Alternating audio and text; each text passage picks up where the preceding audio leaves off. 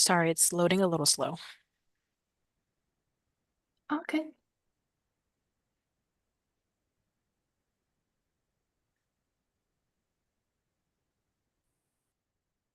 Okay, we are now live.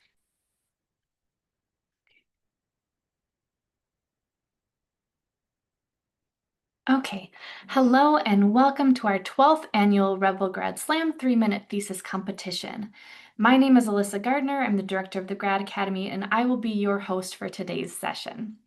The 3-minute thesis, or 3MT competition model, was developed at the University of Queensland in Australia in 2008. By 2011, the 3MT competition phenomena had spread around the globe, and now more than 900 universities from more than 85 countries hold these competitions. In 2014, UNLV held our first 3MT, the Rebel Grad Slam, and this year is our 12th annual Research Rumble. The 3MT is a fantastic opportunity for students to learn how to convey who they are and what they study for an audience of folks who are mostly outside of their field. It's an opportunity to build public speaking and communication skills. It's worth noting that our slammers come from all over campus and from a wide range of disciplines. This week, we have over 100 UNLV graduate and professional students assigned to compete in the preliminary rounds. Each will present their research in 3 minutes or less using one slide and no props. We will introduce each student and then start the timer. If a student does go over 3 minutes, they will be eliminated from the competition. Now, let's turn our attention for a moment to the scoring for our Research Rumble today. The judges will be assessing the competitors based on metrics which total 24 possible points in 4 major areas. We have comprehension, content, engagement, and communication. Each judge will independently score each competitor. Judges will not penalize competitors for any unanticipated disruptions that are beyond the slammer's control. At the end of the presentations, we will tally the judges' combined scores for each grad slammer and announce the winners right here live. The top 3 in this session will then advance to our semifinals. So, without further ado, let me introduce the judges, and then we will get on with our 3MT Research Rumble. So we have a set of very distinguished judges today. Judges, please feel welcome to turn your camera on briefly and wave hello as I introduce you. Okay, so starting out, we have Dr. Caitlin DeBenedetto, who is a grad alumni as well as program manager with Marine Geo Program, Smithsonian Environmental Research Center, and a wonderful contributor to the Graduate College. We also have Dr. Rubaya Murshid, who is a grad alum from the College of Engineering and an assistant professor in mechanical engineering at Embry-Riddle Aeronautical University. We have Lena Lachotsky Torres, who is a grad alum as well and a volunteer and community engagement manager for Hearts Alive Village here in Las Vegas. We have Dr. John Bauer, MBA director and associate professor at Lee Business School. We have Dr. Drew Peltier, assistant professor with the School of Life Sciences, and we have Dr. Danielle Rylek, assistant professor in teaching and learning. Thank you all so very much for being here as judges. We are grateful for your service on our panel of judges today. Okay, so we are ready to begin the competition.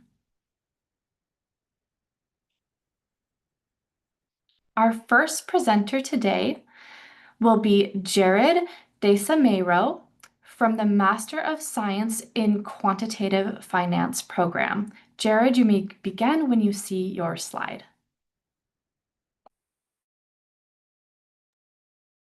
Excellent. Hey, everybody. My name is Jared Decimero, and I'm here to present my scholarly activity, Numbers That Move Markets, the Poetry and Power of Quantitative Finance. I think it's important to really start with the underlying idea that finance is sort of where equations meet emotion. When we start with, analyzing different companies or analyzing financial decisions, we like to start with the math. And ultimately, what it comes down to is that math allows us to sort of predict the value behind the decisions that we make. And getting lost in the endless sea of, formulas and statistics, once we kind of figure out what all of that really means, we can really start to see sort of through the crystal ball and use that information to help us make decisions. Usually when people have these decisions and they are able to identify, what decisions to make next, there are individuals out there who want to go for it all and really make a decision to play the game and see from there how those markets will sort of react. And ultimately, when those markets react, society will ultimately and feel consequences behind those actions, for better or for worse. And I think ultimately understanding sort of the idea of where knowing that there's consequences, we need to be able to understand sort of the underlying ideas behind all those things. So the math will connect to the markets and ultimately connect to the consequences that we feel in society. But quantitative finance is beyond just the math. It's also about the poetry. And what that ultimately means is understanding the underlying story behind all of these numbers and sort of ultimately where things go. My research ultimately seeks to answer the question of, what are like the biggest factors that go into making investment decisions when we invest in a company out here in the American Southwest, and what are the consequences that are associated with, that analysis and those decisions. And so frankly, my research is still in the very early stages, but I'm currently a team leader of a team of six Lee Business School students who are looking to enter into an equity research competition, the world's most prestigious one, and hopefully have a chance at becoming world champions to represent UNLV. And in order to start our research, we need to collect information around the businesses in the American Southwest and ultimately narrow in on what factors and trends are sort of the most important to consider. This could be an understanding of like how the businesses are structured. It could be an understanding of ultimately, oh,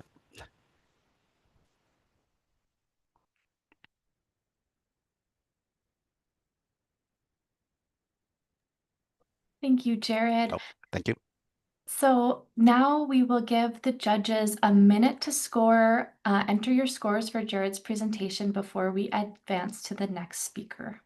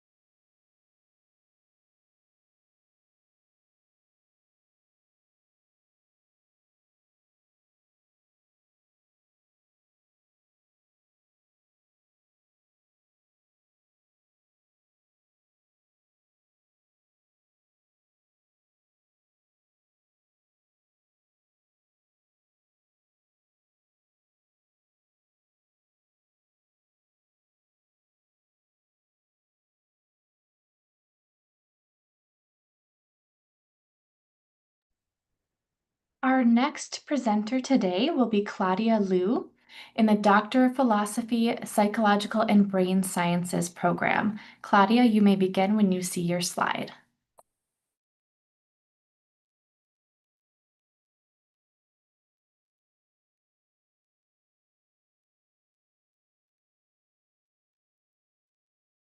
Hi everyone, my name is Claudia Liu.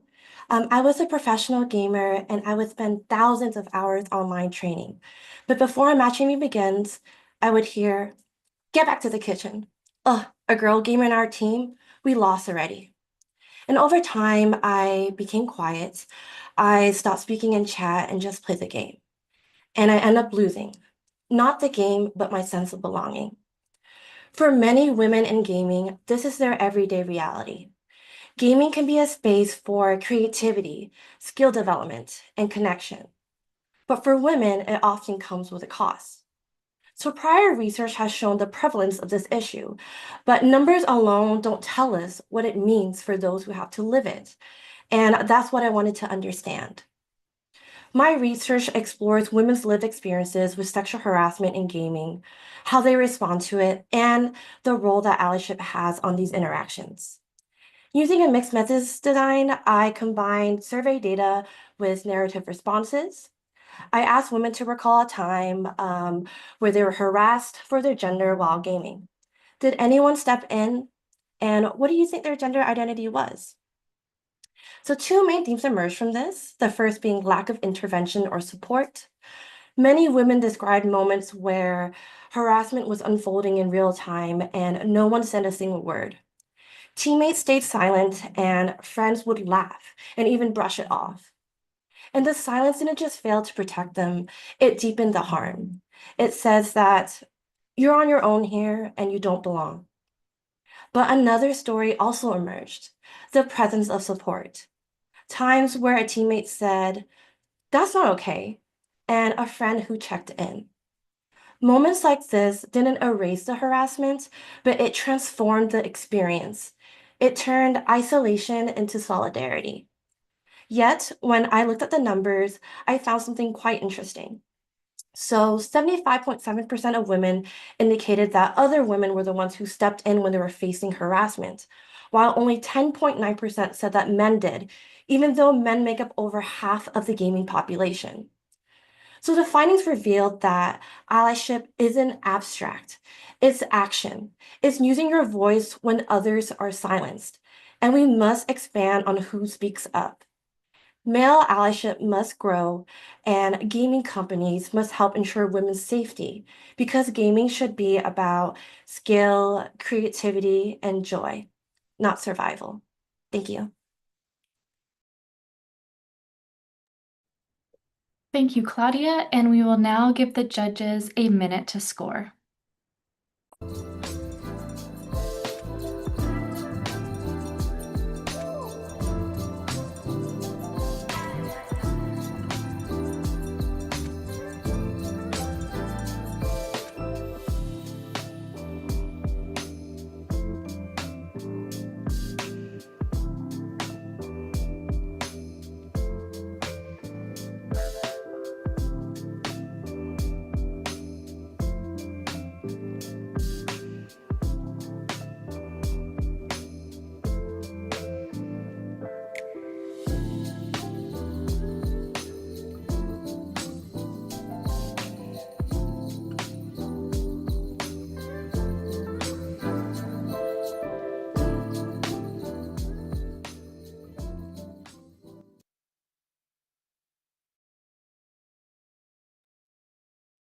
Our next presenter is Nader Nabe, who is a Master of Education student in special education. Nader, you may begin when you see your slide.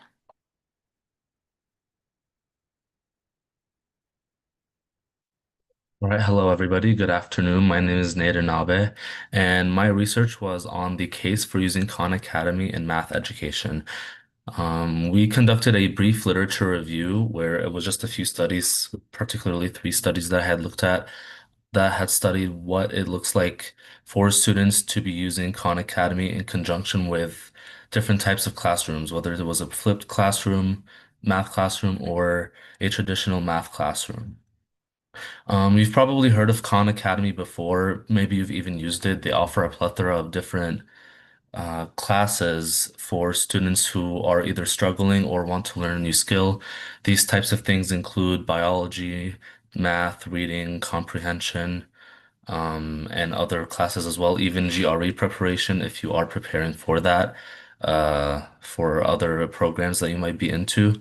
But specifically, Khan Academy is a nonprofit organization that has helped a lot of different people gain different skills, especially in math.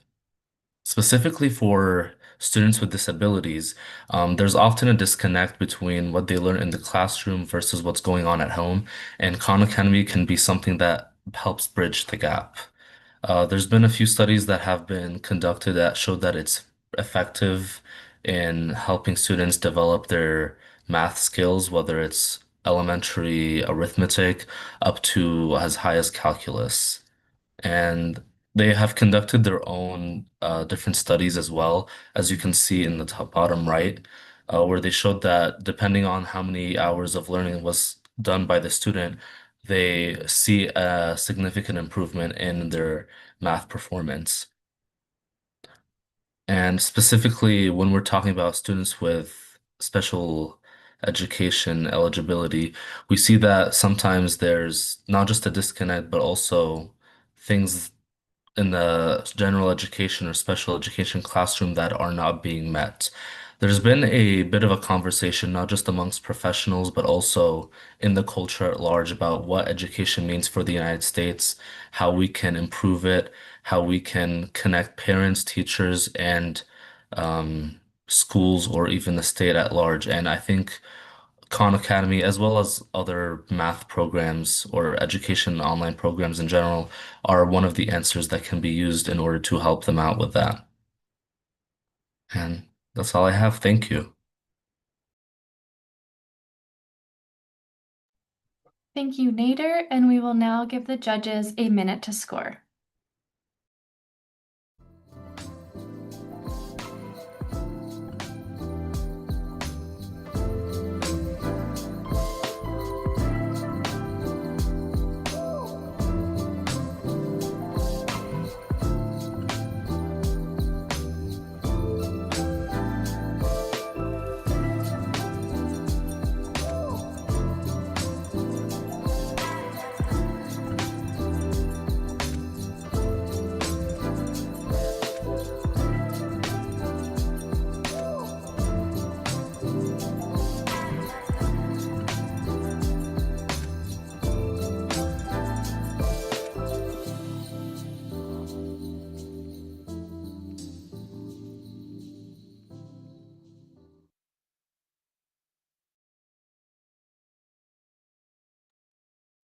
Our next presenter this evening is Jabair Hussain, who is a Doctor of Philosophy student in Interdisciplinary Health Sciences. Jabair, you may begin when you see your slide.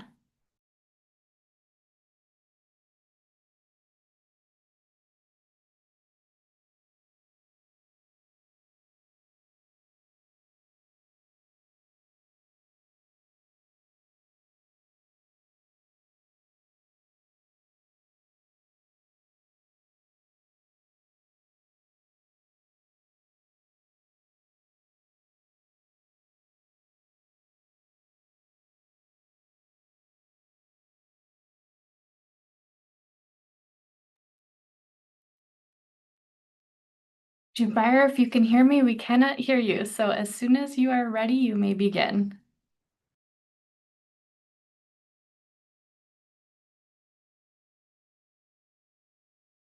Okay, I'm really sorry for that. Okay, good evening, everyone. Wherever you're sitting or standing, try to close your eyes for a moment and feel the ground beneath your feet. Is it firm or soft? Smooth or rough? Okay, you can open your eyes now. So the sensation that you felt is crucial to stay balanced and walk safely as we do. And without even thinking, our brain is processing these informations every step we take. But imagine losing this ability to feel. For people with leg amputation, that's their everyday reality. They don't receive the same amount of information that we do from their prosthetic feet. And walking for them becomes uncertain, balance becomes harder, and they're at higher risk of falling and injuring themselves. And over time, that loss of confidence affects how they live, Simple things like going out for groceries or walking with the kids in the park can start to feel unsafe and even impossible. And unfortunately, more than 2 million people in the US are living with this challenge right now. Although modern prosthetic science has made significant progress and has improved movements, but it's far from restoring sensory feedbacks. And surprisingly, we still don't fully understand how much people with amputation can actually feel through the remaining limb. And so in our study, we asked a simple question: how well can people with amputation sense the surfaces that they're standing on? We tested participants with different levels of amputation on 4 different surfaces that varied in roughness and motility, meaning how much the surface itself moves or shifts under their foot. And the results were fascinating. As expected, we saw that amputees were less accurate at telling surfaces apart compared to people without amputation, but surprisingly, there were no major differences between their prosthetic leg and their sound leg.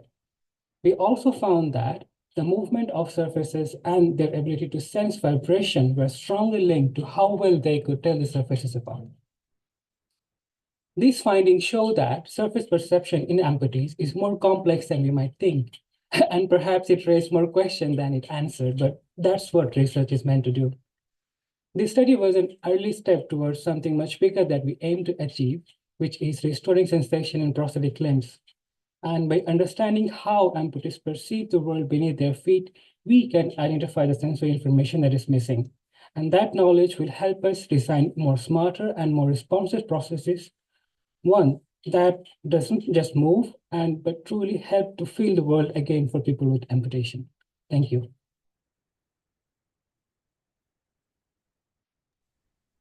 Thank you, Jubair, and we will now give our judges a minute to score.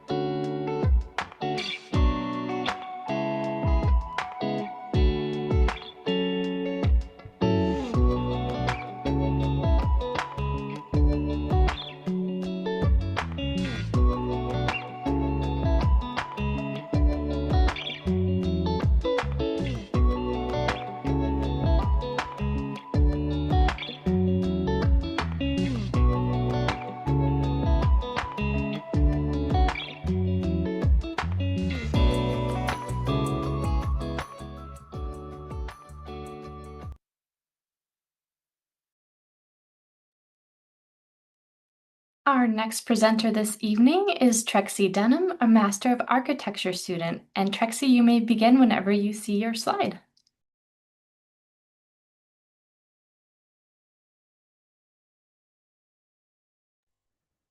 Hello. Good evening, everyone. My name is Trexie Joyce Dana, and I'm a master's student in architecture. When you walk into the world-class hotel or a mega resort, you see the luxury, the lobbies, and the beautiful guest room, and that is the front of house. My research looks at the hidden world behind the scenes, and that is the back of house. This is the network of the service corridors, the kitchens, and the locker rooms where thousands of staff work to keep the entire operations running. My project is called Redefining the Back of House, which is addresses simple but powerful idea. Right now, most of these service areas are designed only to meet the bare minimum. We call this compliance design. It means the hallway is wide enough for a cart, the lights are bright enough to see, and then fulfilling basic safety codes. But this minimal approach creates spaces that are narrows, harsh, and frankly draining for the team and for the staff. I argue that this corridor should be designed using abundance design, going far beyond the minimum to support the people who use them every single day. Think about it, like employees who feel value and then comfortable are less stressed, maybe happier and more productive. My research runs this design experiment to find out which changes make the biggest difference. We're testing variables like the color of the light, the sounds levels, the texture of the walls, and then even the subtle smell in the air. We measure staff efficiency, how quickly they complete the tasks, and we also listen to their experiences during the interviews. The goal is to find those key smart investment and that turn a cold, strictly functional corridor into an environment that actively support well-being. The findings from this work, which are being reviewed by the architects, the mentors, and then hotel managers that aim to set a new standard. This is more than just painting a wall. It is about shifting the hospitality industry's mindset. By strategically designing the back of house for employee abundance, we can transfer a simple code requirement into a powerful competitive advantage that boosts morale and then maybe makes the entire resort more successful. Thank you.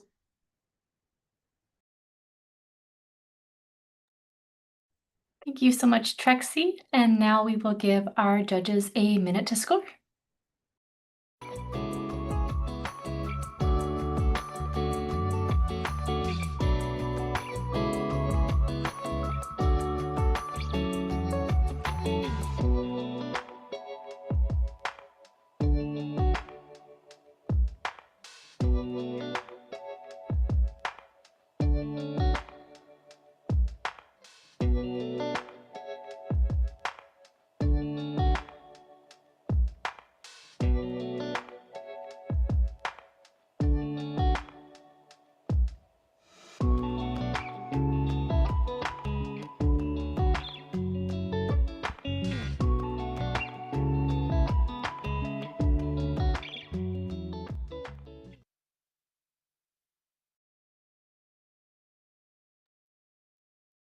Our next presenter will be Tyler Da Silva, a Master of Public Administration student. So Tyler, whenever you see your slide, you may begin.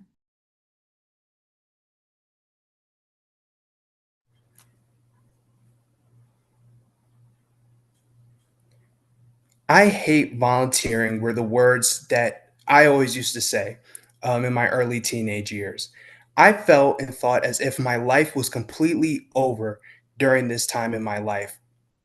Volunteering felt more like a chore than it did to actual serve. And that was all until my mom forced me to have a conversation with a homeless man at the soup kitchen that we were serving. And that one conversation has forever stuck with me. And in that conversation, the gentleman told me that finding a job wasn't hard. The hard part was having an address to write down. And that one conversation has opened up a plethora of doors for me, has completely changed my mind and my mindset and how I felt towards volunteering. Whether it was continuing to serve at the soup kitchen or fast forward today at my job where I'm working with thousands of volunteers, bringing them in to contribute to the mission of our nonprofit. If you look here on the graph, even though this graph is only till 2015, it goes to show you that volunteering has been on the decline regardless of the area. And that's exactly why I decided to get my MPA and then seeking my MPA from UNLV to help find the answer to this solution and create and strategize ways to get the outside community more involved in serving and to volunteer. That also led me to a mission trip with the Crossing Church at El Salvador, where we were helping build homes for individuals that are less fortunate. My job and my purpose, I feel, in life and in this world is to help communities develop systems in which volunteering becomes second nature. Because when we're able to turn heart and compassion into long lasting social impact, that's when we're able to forever make a change. Thank you.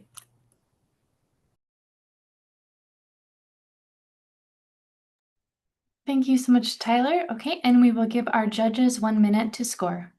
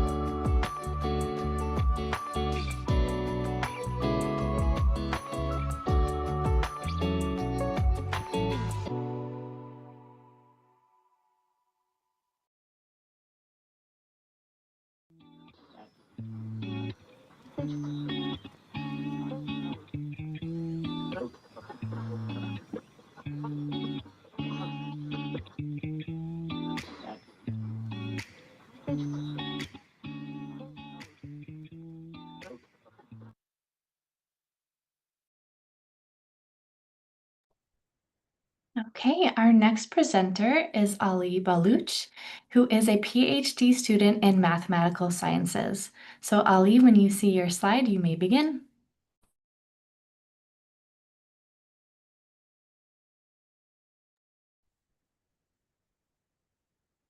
Have you ever wondered how cells manage to build life itself, molecule by molecule?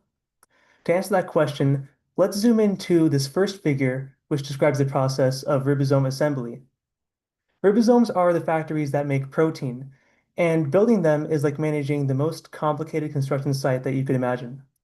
To understand how these construction sites operate so smoothly, scientists like me try to model them mathematically. I only focus on the first compartment of this process, DNA transcription, which is where an enzyme called RNA polymerase travels along a strand of DNA, reads it, and creates RNA. This is what's happening in the second figure on the top right. Realistically, we can expect hundreds of polymerases to travel along the same strand of DNA. And as it turns out, one of the best mathematical models to model this process is a traffic flow model. In other words, miniature miniature car simulations are happening inside of our cells every second. Now, this model is inspired by a differential equation, the one on the bottom left, where rho, the p-looking symbol, represents the density of cars, or in our case, the density of RNA polymerase. And this equation describes a simple relationship, which is that as polymerases crowd together, they slow down, just like cars stuck in traffic. And what's cool about this equation is that it can help us predict shock waves, which are sudden jumps in density, where polymerases can crowd together and create traffic jams. And we can see this for ourselves if we look at this 3D figure, because believe it or not, this 3D figure is a movie. The vertical axis is the RNA polymerase density, whereas the horizontal axes are position and time.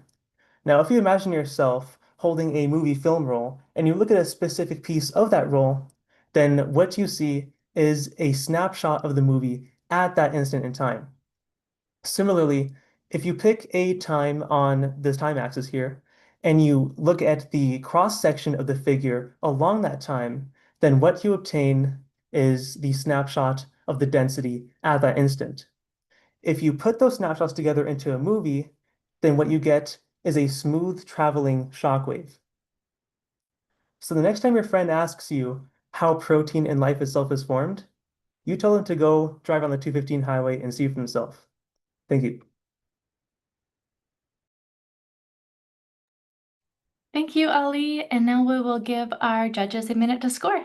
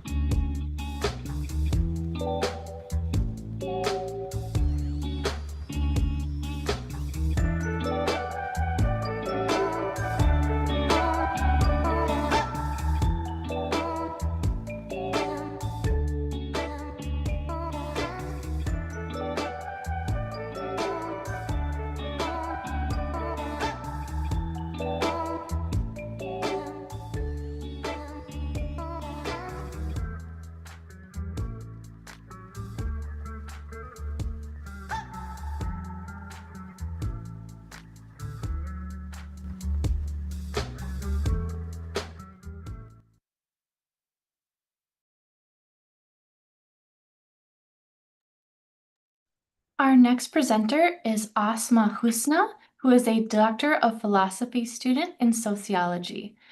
You may begin when we advance to your slide.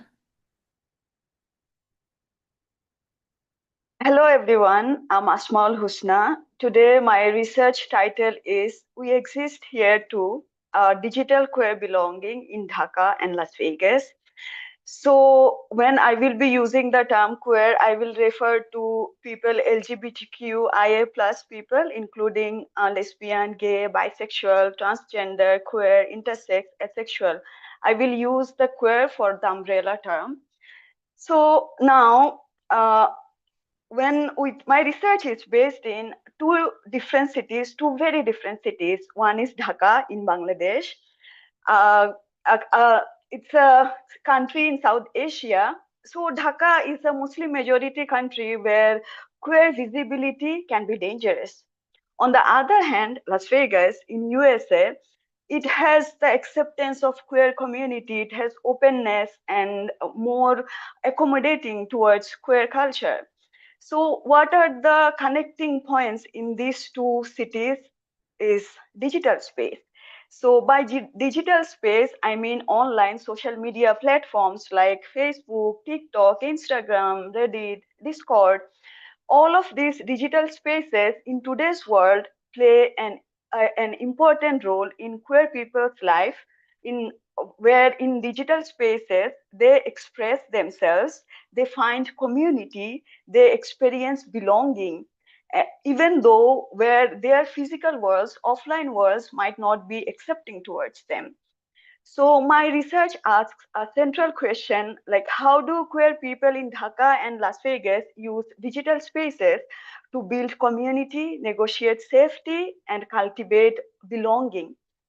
So my research, I will be using a mixed method approach for qualitative data. I will be using digital ethnography for, and along with it, I will do 20 to 30 in-depth interviews. And for quantitative data, I will conduct a survey. Approximately, I will collect data of 90 to 100 respondents in Dhaka and Las Vegas.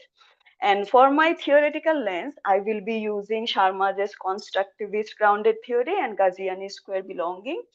And because this square belonging, he explains how a community is formed in constraining environments. And why this research is important, because this research bridges global South-North perspective. Along with it, it helps us to reimagine what community is in the context of 2025. Along with it, it talks about voice and visibility of a marginalized community like queer community. Thank you.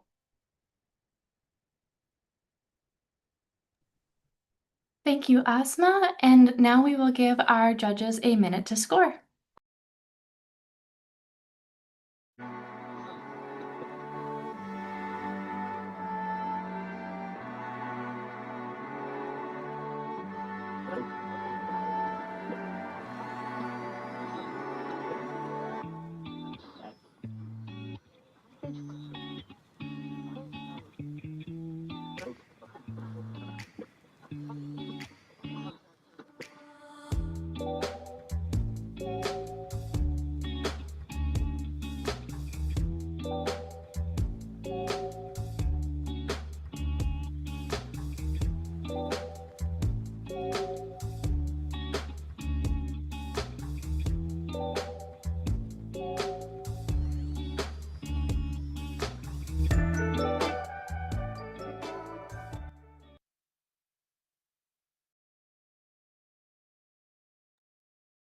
Our next presenter this evening is Tahura Mohammadi Kohaki, who is a Doctor of Philosophy student in neuroscience. So Tahura, you may begin when you see your slide.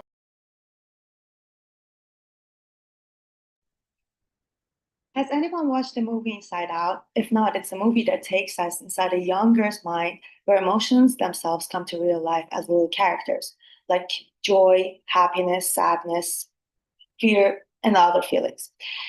Together, they sit in a glowing control room, guiding everything she feels and does. Now imagine the same control room many years later.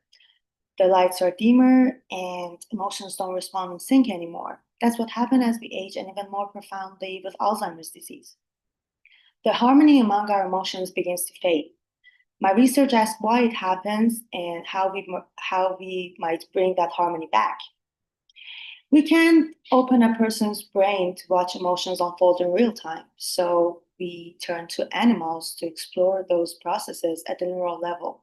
not because mice feel emotions exactly like we do, but because their brains led us to see patterns of activity that we could never observe in humans. By understanding how those emotional signals weaken, we hope to find therapeutic ways to preserve them in aging and Alzheimer's. But how do we study something as invisible as emotions? We can put a feeling under the microscope, and we definitely can't ask a mouse, "Are you happy today?" Yet, somewhere in those tiny faces and a twitch of a whisker, a squint of an eye, emotion leaves a trace. And that's what I'm searching for. Every day, I record hours of footage of my facial expression. Those moments last only milliseconds, but they tell a story. To bring out those emotions, we use sensory stimulation in our behavioral paradigm, to evoke like positive and negative emotions. Each experience activates distinct emotional states. It's like pushing different buttons inside that control room. I captured those reactions with high-speed cameras and train computers to recognize them to learn what a mouse looks like when it feels scared, safe, or in pain. In young mice, emotions flow smoothly from fear to joy, joy to sadness, and something like that. But with aging and Alzheimer's, that flow breaks. So my work is a search for the silent emotions, looking for the fading signals that shows how aging brain feels. Because if we understand how those signals disappear, we might learn how to bring them back, helping the mind, like that control room, stay alive, bright, balanced from the inside out. Thank you.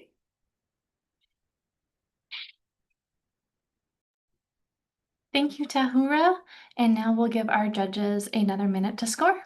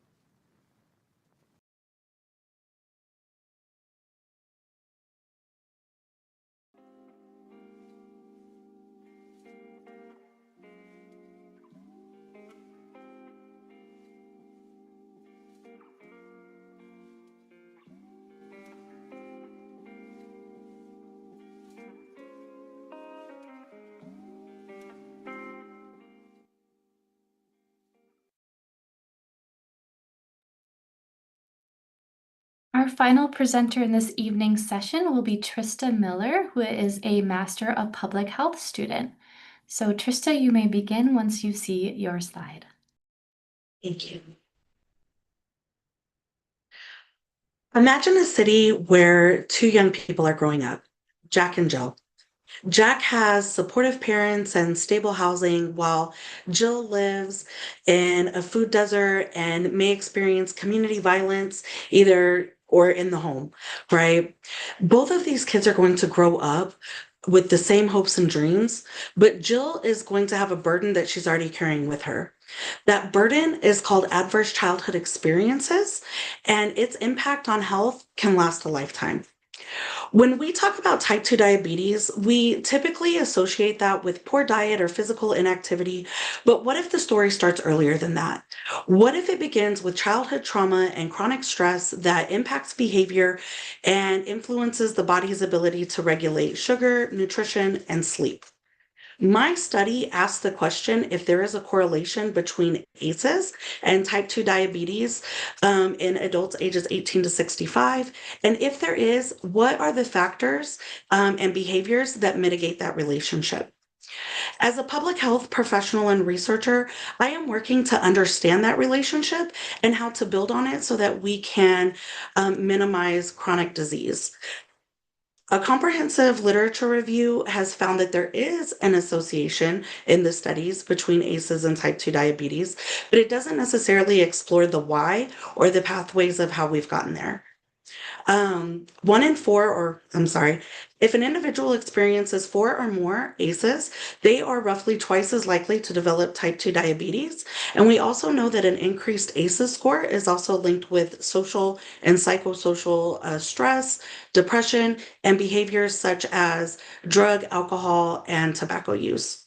There is evidence that those factors help to mediate that relationship between ACEs and type 2 diabetes. The data is clear. The more ACEs, the higher the ACE score, the more likely somebody is to be at risk for developing type 2 diabetes.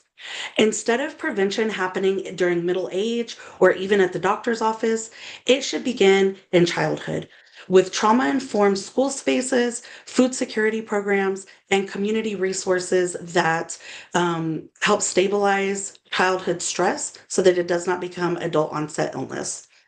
When I think of that second child, when I think of Jill, I see so many kids in our community, and I might even see myself.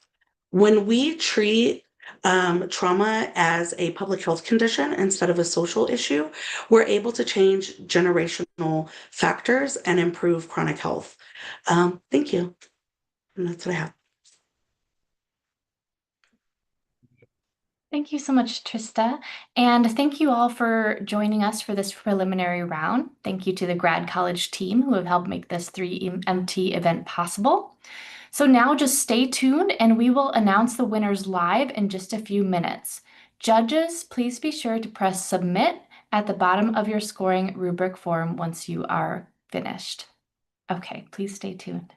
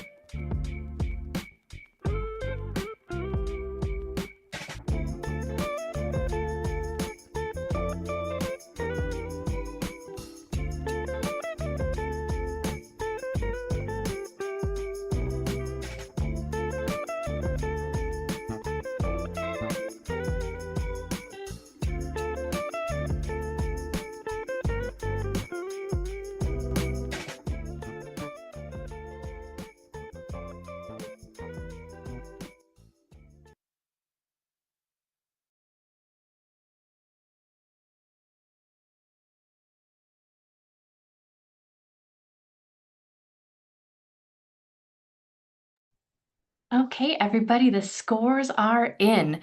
And while only the top 3 winners of this round will progress to the semifinals, you will all be winners of a Rebel Grad Slam t-shirt, and we welcome you to pick that up at our finals reception on Friday afternoon. For the preliminary rounds, our first place winner today will receive a $300 scholarship. Our second place winner will receive $200, and our third place winner will receive $100. So are we ready? Okay, so I'm going to go backwards to forwards. Our third place winner today is Claudia Liu. Nice job, Claudia. Our second place winner is Jubair Hussein. Great job, Jubair. And our first place winner today is Trista Miller. So congratulations, Trista, and congratulations to our other winners as well. You will advance to the semifinals, and we will share information about that later on this week. So thank you again for your participation. Please do join us for the semifinals round if you are available. These will be on Thursday, November 6th at 9, 11, and 1:30 in the Greenspun Auditorium. And we will also have our finals round on this Friday, November 7th at 4 p.m. at the Greenspun Auditorium. And that is when your t-shirts will be available for pickup. We welcome you to RSVP for the finals event. Drop that in the chat just here,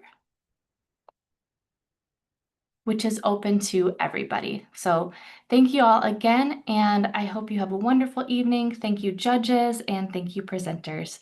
Good night, everyone.